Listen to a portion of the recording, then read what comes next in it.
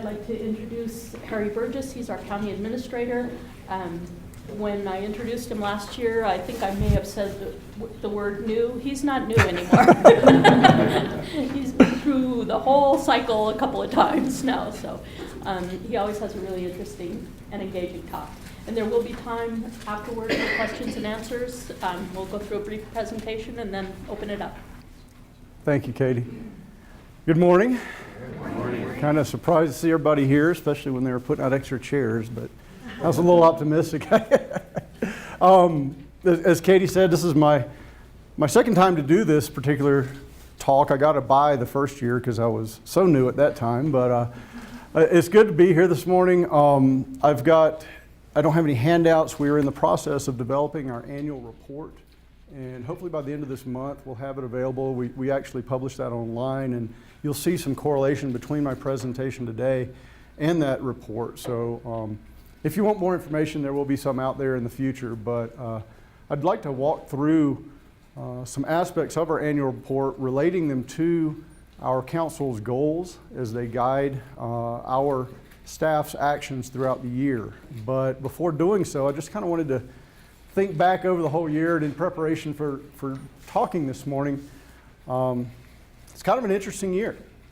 A lot of things happened locally, and if you recall, this time last year, we were learning of pending VSP issues. Due to that fact, the county actually had to reduce its budget by about 20%. And very, very gladly, staff and were able to actually reduce that budget during the first half of the year by 20%. And then we did pass a budget doing the same that we're operating under this year. So we've had some internal strife in trying to balance the budget in response to some lower revenues. There's obviously been a lot of turmoil in the community with the VSP and all those repercussions of reduced job in the community. And at the same time, we had our own internal issues. Our police chief had some medical issues, and now we have a new police chief. We have some positive things for sure occur in the community as well. Looking around, there's a number of new buildings either completed or under construction now. We'll talk a little bit about that, but from the county's perspective, we did move into our municipal building. We also completed the indoor horse rink out at the stables area. I know there's another one at least. I'm thinking Ashley Pond is a new and different viewscape these days, and there's been a lot of people out there as soon as it was opened. But it's just been a year of some extremes because of that, because of all the challenges we had, yet we did have some significant accomplishments. And I'll speak to some of those as we go through the slides. At the top of each slide, you'll see a goal, and that is one of the council's strategic goals. They have recently met and slightly modified them. However, these are the goals we are operating under for the last fiscal year or calendar year as well. So always there's been a push to be more transparent,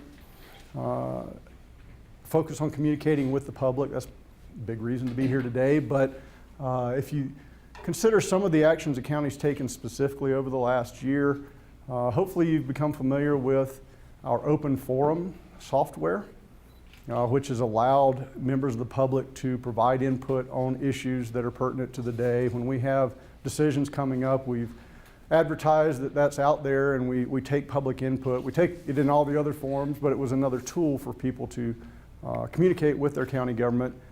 Our new municipal building, if you've been in there, and hopefully you have, was specifically designed to provide a one-stop shop for people coming into the county and trying to do business with the county. In the main entryway, there's a number of our customer care agents that are sitting right there taking questions and addressing issues, everything from paying bills to directing people to where they might find additional information. And then just our meetings themselves, and it always amazes me that so many people watch us on TV or online, but our new building was oriented towards providing and expanding that opportunity. Not only are council meetings now streamed live with our new equipment, we've provided that opportunity to all of the boards and commissions, as well as our Public Utilities Board. And some have already adopted this new technology. Some are still in the process of doing so because we have training and just space and time considerations as well. But all of that's been focused on communicating more with the public, and hopefully we'll see the results of that as we continue. But the next goal, if I can figure this out, under cultural and recreational activities, has to do, and there's a couple of subsets to that, looking at marketing. I know there's been information out there about the county's current efforts to develop a new brand. And the idea there was to try to get something that was a basis for our continuing efforts moving forward, specifically as we go to recruit our other businesses to the area, looking at just trying to coalesce the community's feel into some succinct statements. That process is still underway, and we anticipate right now bringing some recommendations to council in the month of March. Our local attractions have always been, a good focus for us in trying to advertise ourselves, and specifically in the last year, there have been some efforts. One, you'll see the mountain biker down there. We did actually engage the International Mountain Biking Association to analyze our trail structure in hopes of facilitating and encouraging mountain bikers to come to the area. They developed a map and some strategic planning for us to expand that opportunity. We have been working and continue to work with Bandelier National Monument. As you know, back in the Las Conchas fire, their bridge to their parking area was taken out by the floods after the fire, and they didn't have the capacity to handle visitors coming to the park. The county engaged with them to provide transportation from White Rock.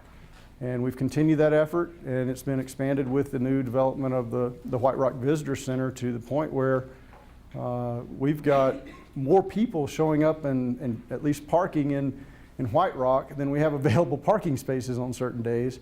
And we're working with others in the community to try to capture some of that revenue potential as people come to town, stop, and then continue on to Bandelier. But we're trying to look at ways we can actually get them and encourage them to come into Los Alamos proper, to stay a little while, come back later through various handouts and other methods to engage them.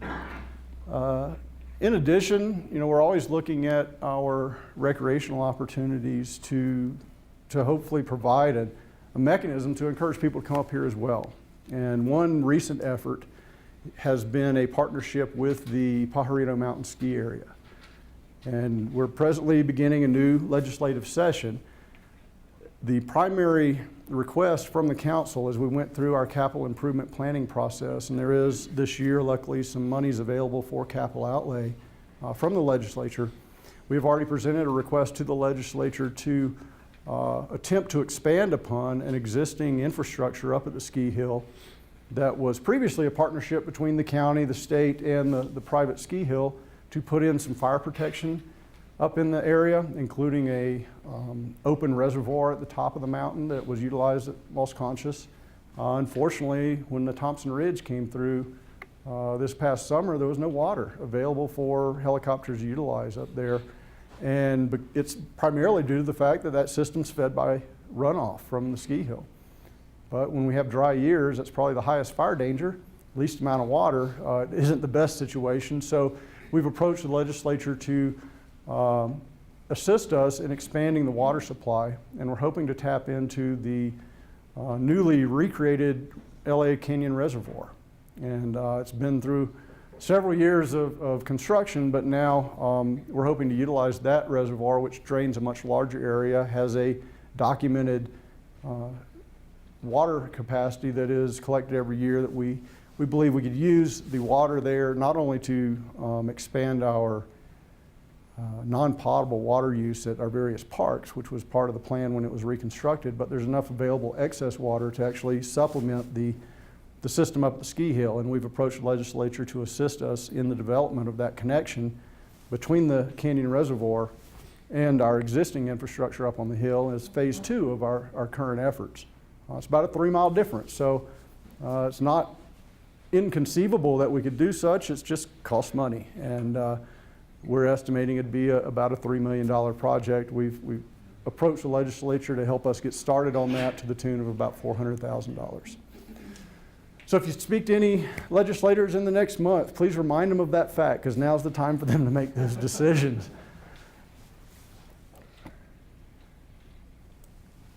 I'm got ahead of myself. If I could go back, let me see if I can do that. Oh, this bill here represents another effort. And I know many of us in this room have been a part of this, but it's attempting to get the Manhattan Project National Historic Park identified by Congress. And those efforts haven't been successful yet. There's a lot of continued interest in that. It's just the politics of DC sometimes get in the way. But we're continuing to work with. Heather's been the spearhead for the county's efforts, and we're trying to continue that and be prepared for the next opportunity as it comes forward. And we believe that that would be a great draw to the area, only adding to our existing resources. But Bandelier National Monument here, the addition of another Park Service unit would certainly provide some attraction for folks, and hopefully those that came to Bandelier would then spend additional time with that identified resource. Although it's, much of that history is here, people don't recognize it. So we're hoping that that designation would actually expand on our resources here. Went the wrong way.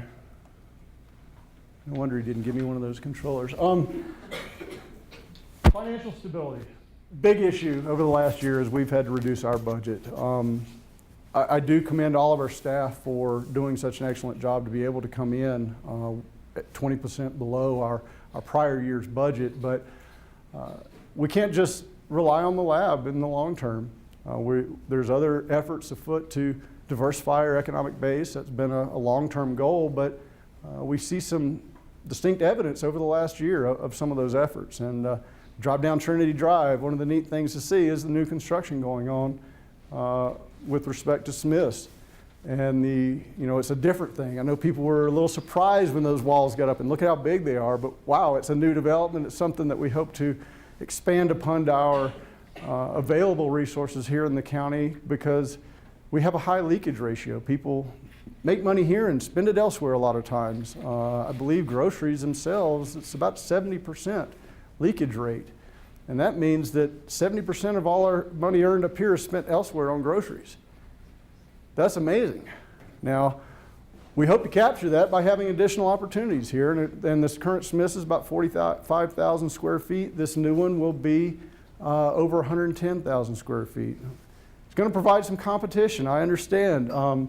But hopefully an addition of some of the types of products, or even the ability to shop around for other products that you may or may not have been able to find up here on the hill in the past. So in addition to Smith's itself, we were able to go through a process. There was a development company that was initiating that project, but they didn't want to proceed. And so we had to work with Smith's directly to be the developer. And they are not only constructing their own new house, but also additional 60,000 square feet of retail space that we hope will provide opportunities for new businesses in the area as well. You can see up in the top left, another neat new thing here is our regional air service. We started with a grant from the federal government and arranged with New Mexico Airlines a scheme by which empty seats would be subsidized up to a certain level, so that depending upon utilization, the more people that use the service, the less the county spends of that grant, and hopefully lasts a little bit longer. We didn't have the best luck in starting up. Any startup's hard, and we're poised right now to actually run out of those grant funds by the end of this month, first week of February. However, Council has already voted to expend an additional $300,000+ to continue that air service, because they believe that it needs a little bit more time to get its feet under itself, and it has been positively received. I think everybody who's flown it has appreciated it. Some of them might have had a little concern being in such a small plane. I've heard that, but I tell you what, when you get on the plane in Albuquerque, you're heading back up here. By the time you land, you think about being in Burgess, basically. It's quite a different time frame to get back and forth between here and Albuquerque, and we hope to continue that. We're hoping to actually encourage more people to use it, because in doing so, based upon our structure with the airline, that means less reliance on public tax dollars to support it. So the break even, there's 9 seats on that plane, the break even's 7. If we have 7 people on every flight, it's self-sustaining. Right now, last measure was about 4.2, so we still have a little ways to go. But it does provide an outlet. The neat thing is that it's a service for local commuters, but also it's been heavily used. In fact, during the first 6 months, only 27% of the users were actually lab employees. We anticipated a much higher ratio. But that tells us that that remaining 70-some% were locals and other tourists coming in and out, or business travelers using that service. And so it's been very encouraging to have such a high response to it. We want to just continue that and encourage it for the future. You see, we always get all these top 10, this and that. They're always nice to see there. They will be spread throughout our annual report, but those are always good measures to look back on how we are performing. I'll go on. There's plenty to say here, but I'm sure some of your questions will bring anything I've forgotten out. So I'm going the wrong way again. Economic vitality. You can see the big picture. That's our most prominent success during the past year, but there's been other things going on in the community as we've tried to redevelop some areas. The placement of the county's new municipal building was specifically designed to bring more people into the downtown area, hopefully encourage some ancillary businesses such as restaurants and the like that would service people who are downtown. There was a recent effort, and it was neat because I think I saw Scott out that same weekend on the Shop Small weekend, and it was very well attended. If any of you were out and about over that weekend, it was an effort to get people to spend their money locally. And I thought, I don't have a report on it, but I thought just based on the number of people that are out that weekend, it was very well attended. And there were some special events that went on then as well, if you didn't have the opportunity. So we're trying to encourage our retail activity. It's somewhat of a different focus than you'd find in other communities because retail has not traditionally fallen into economic development. Definition within the state even excludes retail when we talk about supporting economic development. However, locally, when you have that high leakage, that means potential revenue is just going off the hill. And it's a very viable strategy for us locally to consider retail so that we can actually recirculate those dollars instead of having them just earned up here and spent elsewhere. Let's see if I can go the right direction. I can't. Okay.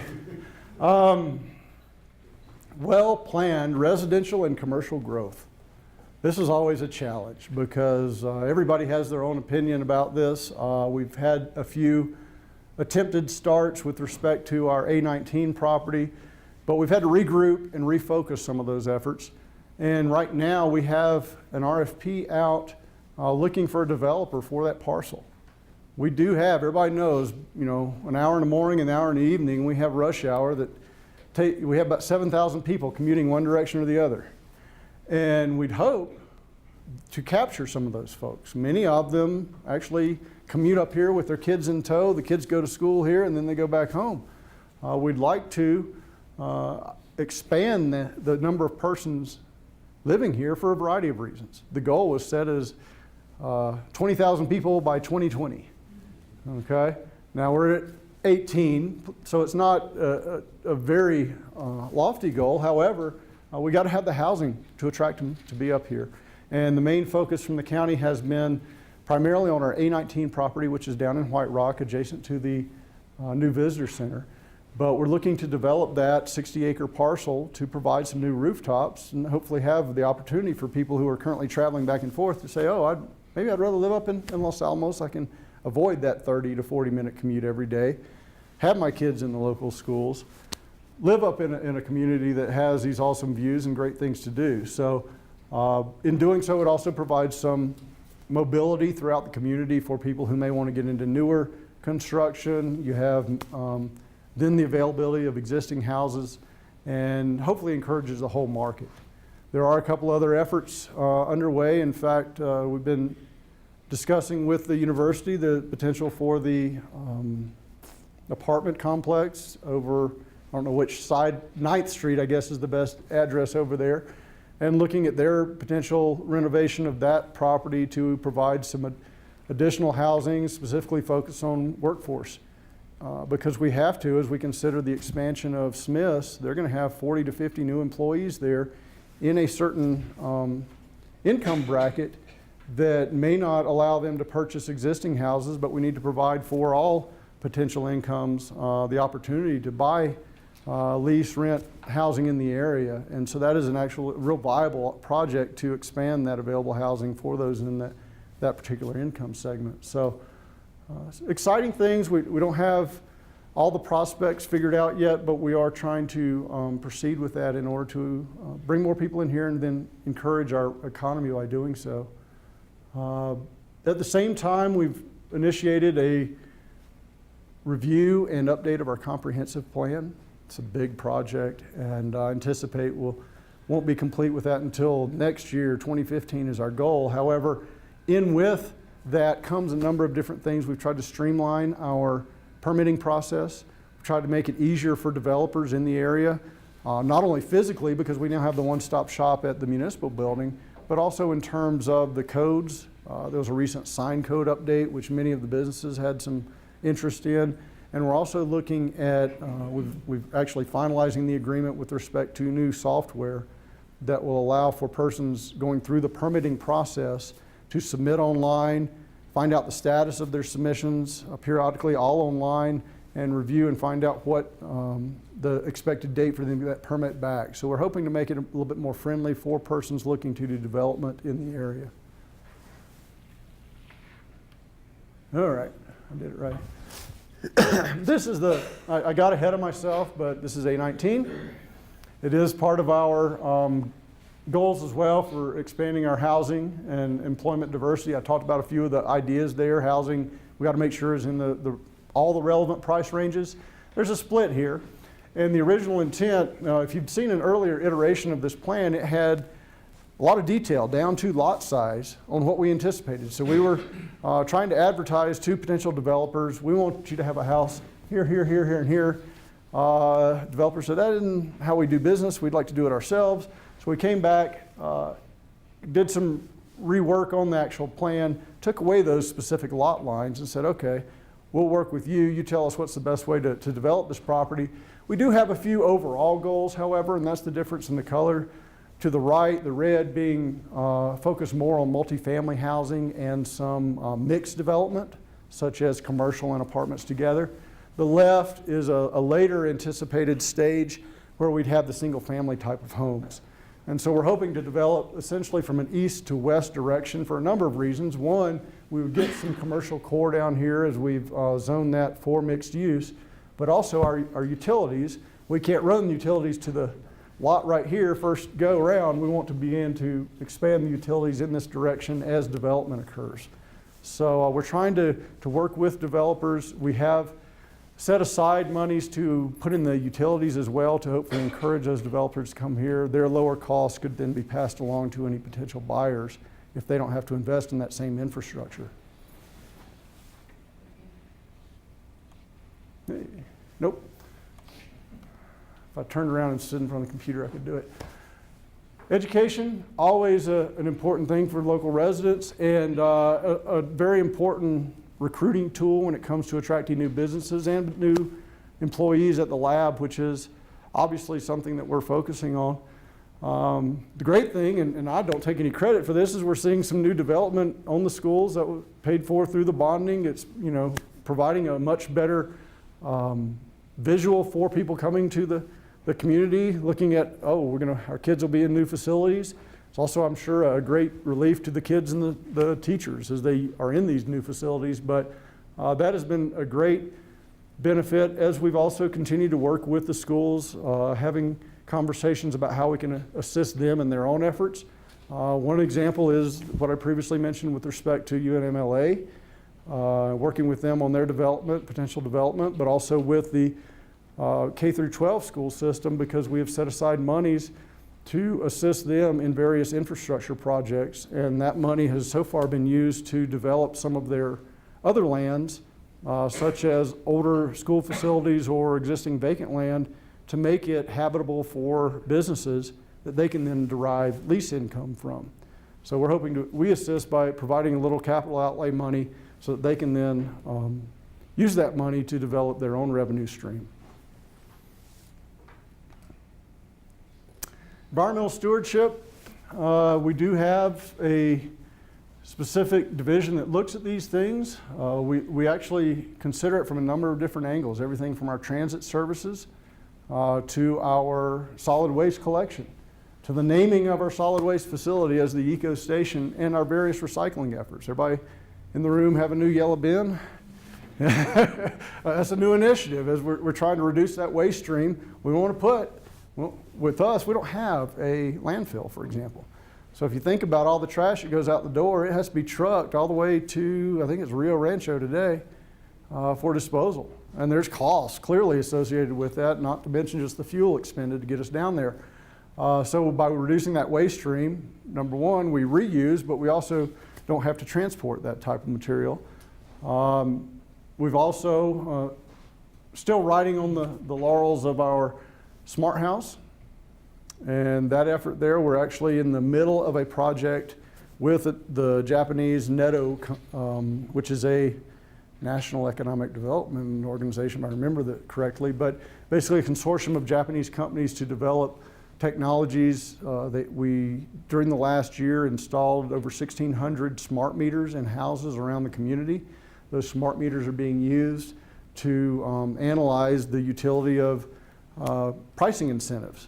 It's a new concept. If energy costs more at 3 in the afternoon because everybody's running their air conditioner, can we encourage people to not use that same electricity for washing laundry or other items and wait till other off-peak hours where the energy is actually cheaper? And that is an experiment kind of applicable to our community because everybody's so familiar with that type of research. But we've had great response. People have been participating in that, and we have little, in 100 houses, there's actually little displays within the houses that give you real-time reads on the amount of energy used, how you could save money. So it's been an interesting effort and nice partnership with the Japanese. Out of that, we also have 1 megawatt of photovoltaic located on our closed landfill, which is a great reuse of a brownfield site. So there's some benefits that will continue into the future.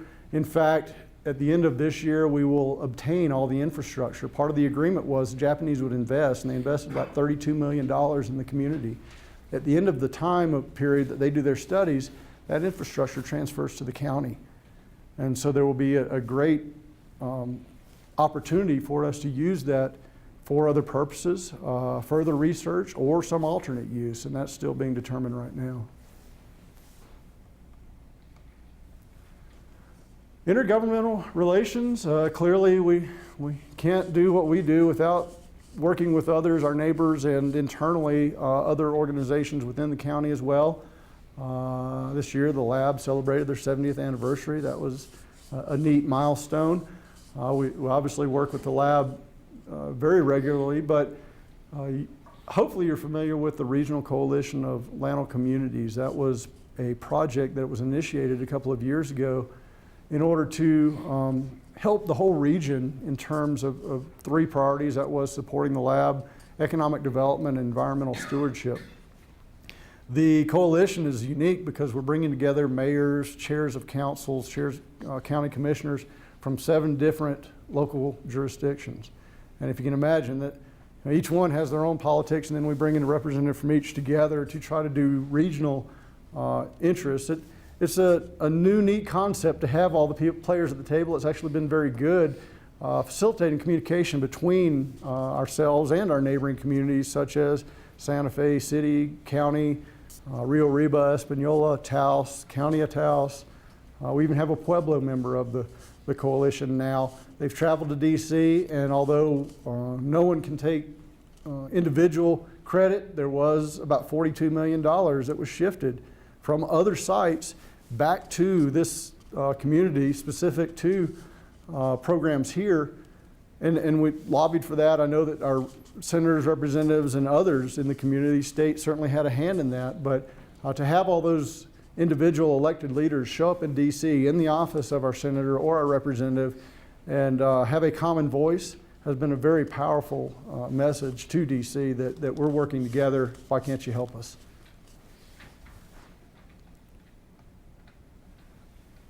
And then internally, we always want to do a better job, and we do have an operational excellence initiative. Admittedly, it's got installed in past years as there's been a lot of turnover within the county, and we've struggled with some other items. So we're presently developing a grassroots effort internally to improve our operations, and it's an idea of continually improving ourselves. We believe that doing so will not only have benefits to how we operate, but also in how we serve our community. So that was a goal of council, was do your job, but do it better, and we're trying to follow up on that in our efforts today. Finally, just some contact info, and I'll take any questions you have, but our website's up there, and I ask you that as you get towards the end of this month, if you have interest, we will have our annual report published there. Hopefully it'll summarize some of what I've said today, as well as answer some other items, because I'm just kind of rambling, but we took time to make sure everything got down on paper, and I encourage you to take a look at that as well. But beyond that, I'd just like to answer any questions you may have. Okay, thanks. Yes, sir. What's the timeline for the Smith's Marketplace, and is there going to be other businesses in that parking lot with it? Their timeline, and there's no drop dead date, but their internal timeline has been to be open by beginning of summer, roughly in the May timeframe. And now you'll see that it's not just the largest of the buildings that go up. In fact, the first one they initiated was some other buildings that are right next to Trinity, in fact, parallel Trinity there. Those are about 10,000 square feet of their total 60 that they are to be building on that site. And it's subdivided, it varies in size, but each of those outbuildings are intended to be lease space for potential businesses. So yes, they have about 60,000 square feet of additional space, which they will be leasing to whomever's interested. So we hope to have a complex not only of the Smiths, but of other businesses on that same site. I don't know if this picture, whoops. The picture shows it, if I can get it up there. So you can see, if you can see the pointer, this being the Smith's Marketplace, these buildings were the first ones that have foundations poured, and you'll see walls going up there as well. And then there are other buildings they anticipate to build around the site. Our lease arrangement with them, because the property remains publicly owned, majority of it is owned by the school system. And the county owns a small portion of it, but we're facilitating the efforts here. The school's benefiting from some of the lease payments, and the requirement was that they don't build just their own, but they build that additional 60,000 square feet. So within 2 years, they have to build that according to our lease with them. Yes, Georgia? As long as you're on that slide, I'm far enough back, I think I see a trail along the canyon edge, because protecting our canyon edges has been... Oh, on this picture, yes, exactly. Yeah. Correct. Okay, so that's there. Part of the lease also required that they expend up to $50,000 to expand our trail system. We have, internally, the county has also put aside monies, and the goal is, once they complete this, there's a segment between here and the existing trail, and we intend to leak that all up so that you could get from essentially down by where Steve is all the way up to Connect. With the ultimate goal of connecting over to the Omega Canyon Bridge. Correct. So, Correct. There's some land assembly issues there. We don't own all the land or rights of way along that, but we're conscious and working towards that, yes. This was the next step, though, and the corporation agreed to put $50,000 of their own dollars towards that in this development. Okay, and also on that same issue, I see that a new comprehensive plan is going to be coming. Correct. Okay, and for environmental sustainability issues, and also if we want to identify ourselves as a place that's great for mountain biking and hiking and outdoors and all that, that would be included, including connected trail systems and not just for our own people, but inviting to the world at large to come, spend some more time, spend some more money. No, I agree. And part of that effort was with, as I mentioned, the Mountain Bike Association. They did a look at all our trails and gave us some recommendations on trails we should improve. One of their first suggestions was you need to provide for people to know how to use these trails. I mean, it's great when you live in the community, you've gotten familiar with it, and you know that if you go out and go behind that water tank and take a left, you can get up to that trail. Joe, tourists coming into town is never going to see that trailhead. And so I don't know if you've noticed already, we took some of their suggestions by placing various directional signs around just so that we can identify where the trails begin. The next step is to put some signage on the various trails, because we do have a spider web in certain places of trails so that people can actually navigate and get around those trails. We're trying to make them more accessible to not only people, folks here in town, but others that come from outside. And that is an important part. We are also initiating, our Parks and Recs Board recently recognized that 2000, 2002, somewhere in that area, there was an open space plan that was initiated. It never got finalized, and they are taking up that effort again at present. So there are some efforts to expand on that trail system. Thank you. You're welcome. Bill? First, let me commend you on your excellent visuals. And but going back to the legislative session coming up, if you were to get the 400,000 that you're seeking, when do you think? What are the plans for actually completing that project to connect the reservoir to the top of the mountain? There's been some discussion lately. Really what we're trying to, there's a number of things that have happened, and that is not only going to the legislature, but also for those of you that are members of the ski hill, you saw a vote that went out. There was an effort to make sure that if we put some money into this, that the ski hill membership, because it is a club organization, would support our efforts. And I think 94% of members responded. It was unanimous that yes, we'd consider some sort of development efforts to sustain our own operations up there, because clearly they've had some financial difficulties with the lack of snow in the last couple of years. So we're working closely with them. We're also during that conversation, it comes up, well, if we're going to do development up there, our water source, I'm speaking on behalf of the ski hill, is not enough to support further development from potable point of view. If we tie in the LA Canyon Reservoir, it's not a potable source of water. Now they do draw from that, and the agreement at present is additional water generated off the current collection system is available for snowmaking as well as firefighting purposes. So any additional water up there benefits them as well as the public. But should we consider investing in a potable source instead of the non-potable? So we're doing a little bit of that evaluation, and there's two options for potable. One would be at the connection of West or Camp May, whatever it's called, and 502. We have infrastructure there. We could run potable infrastructure all the way up, just as we do to other businesses and homes in the community, or considering a well up at the ski hill itself. And so our request to the legislature has been for $400,000 to plan, design, and construct. We hope to answer the first question, that is, should we go for potable or not, and what source of water? We have a viable source, but if there's a better way to doing it, we're going to get some engineering to figure out whether or not we should consider drilling a well.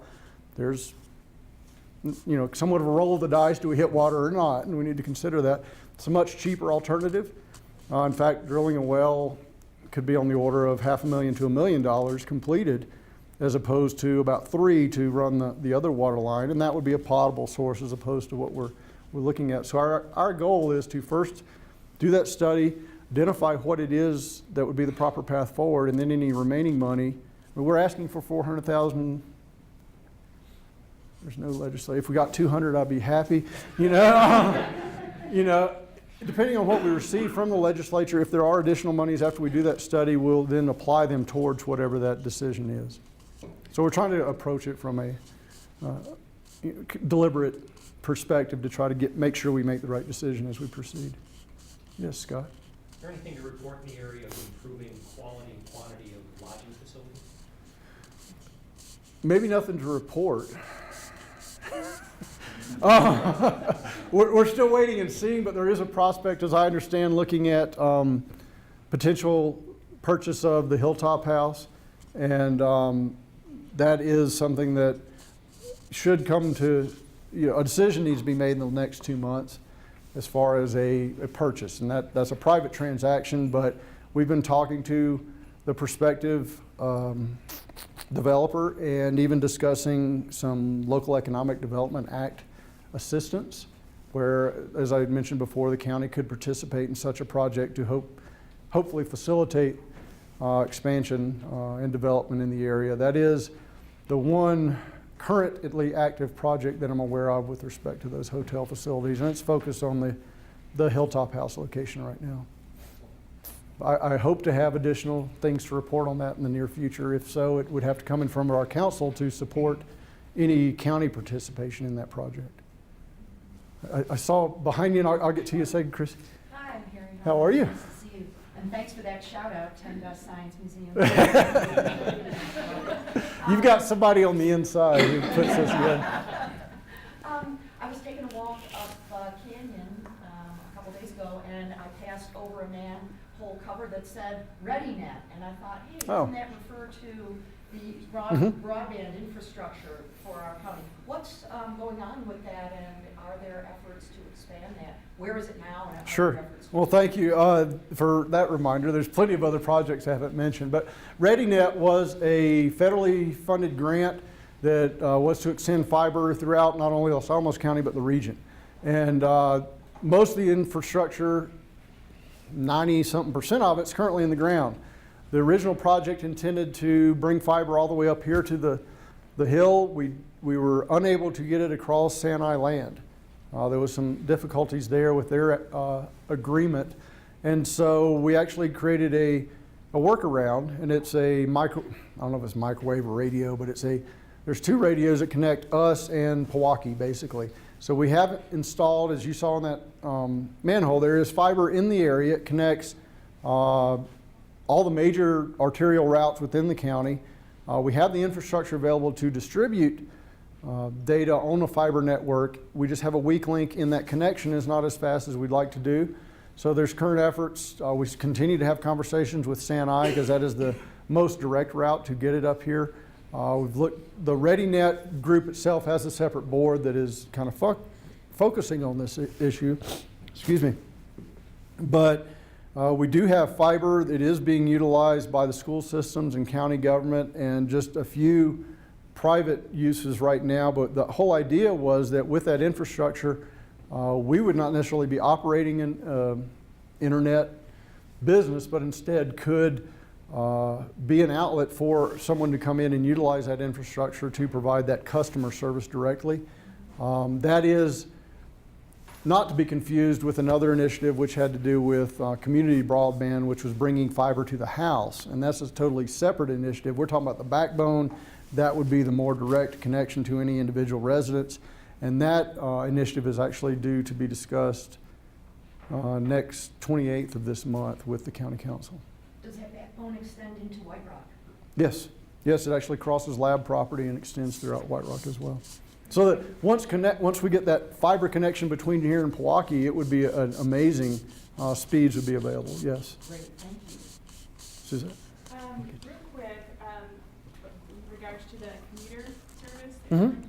I know originally you thought it was going to be a lot of commuting with lobbies, Mm-hmm. but it turns out that a lot of us residents are using it. So I was trying to plan a trip out of town, and I do weekends. So the only flights were one in like the morning heading to Albuquerque, like at 6:30, and Mm-hmm. The coming back weekend real there's late. I think one. So is there any consideration to expanding those hours or just changing them a little bit? So, There's been a lot of consideration. Those flights have already been adjusted slightly. The focus has been to try to link up as many outbound flights from Albuquerque with the timing that we get people down there. It all comes down to money. We originally believed this grant would take us through at least a year, if not more. But that was with a higher utilization. We didn't experience that utilization, so we burned through the money quicker. So we don't have the capacity to really offer 4 or 5 flights a day, which would, I believe, increase the use, but we're trying to balance that right now, given it's a startup. Our original plans called for 9 flights a day. We're doing 3. As we'd like to go towards that goal. There's been a lot of planning. There's been a lot of attempts to link up those flights, like I mentioned. But the big limitation right now is utilization, because if we had 7 people on the existing flights, then we'd have that same money available to consider an expanded route. Same paradigm, people use it, then we could look at something else. So we got some growing pains, and we're trying to manage that right now. Yes, Christy, I'm sorry you've been waiting. I was just curious if there was any new information on the food service, the new golf course building, the new. We are having an RFI out right now, and I believe it closes the end of this week. We had an initial meeting. We've had individual corporations express interest. We're just awaiting those responses. The building itself was designed with certain infrastructure, such as a hood and other aspects necessary for commercial kitchen operation, but without the facilities in there, because whomever we end up working with, they may have a preference for locating certain devices, stoves, everything else, how they'd like to arrange their kitchen versus the other company. So we've waited before installing any of that type of equipment to see who we could ultimately contract with. So we're in the process right now. We do have some companies that have shown some interest. We originally went through an RFP process, weren't successful, so we tried again, changed some of the parameters, and so far have attracted some interest. So is it in the budget for the county to provide those things? They just haven't put it in yet? It was not in the original construction budget, but we're looking and we're going to be considering whether or not we can contribute to that based on these responses. Thank you. You're welcome. Great. Yes, sir. Is there a plan of what's going to happen to the old Smiths after the new Smiths is built? Well, it's privately owned. That whole Mary Mack Center is owned by Smiths. They came in and purchased it a couple of years ago when the then landowner wanted to get out of that operation. So our conversations with them have been that they haven't made specific plans yet. They want to first focus on their development, get everybody moved. They have to obviously be there. When they open here, there'll be some time requirements as they move out of their old building. But we've had conversations with them just to put them on alert that we may have an interest or even a suggested use for that facility. Being privately owned, we have no control over that, but we have had some conversations about how they might repurpose that facility. One of the conversations, and many things come and go, was potential for use as a event center of some sort, because that had been a prior interest of council. They were open to cooperating with the county, but at the same time, if a private business came in and wanted to do something there, we wouldn't want to stand in their way either. So they have not solicited input yet, and there's been rumors around the community that so-and-so is already moving in there. And we've checked with them. No, we haven't even talked to anybody yet. They're just focusing on this development right now. You're welcome to stay. I want to thank Carrie for Sure. really